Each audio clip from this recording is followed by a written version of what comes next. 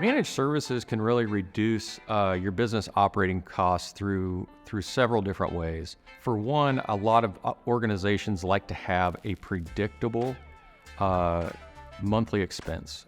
They like to be able to budget that for the year, and really managed services allows you to do that on a pay-as-you-go basis, a subscription model where you can predict those costs going forward, getting away from the unpredictable or fluctuations in your IT costs. Next is really reduced IT infrastructure costs, where you don't have to go out and purchase as much of equipment or software, those types of things. And you can utilize a managed service provider's economies of scale to really help provide that for you.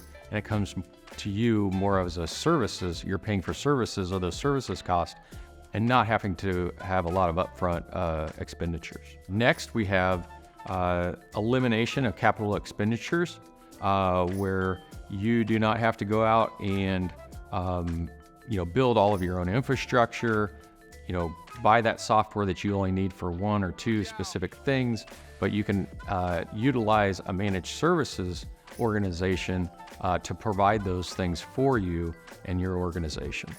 Another reason why managed services reduces business operating costs are the optimized resources. So resources that are very skilled in a particular skill set, like security or different types of infrastructure, networking, those types of things that you would have to hire that person, manage that person in-house, and really build out an in-house IT department, and that can really be costly.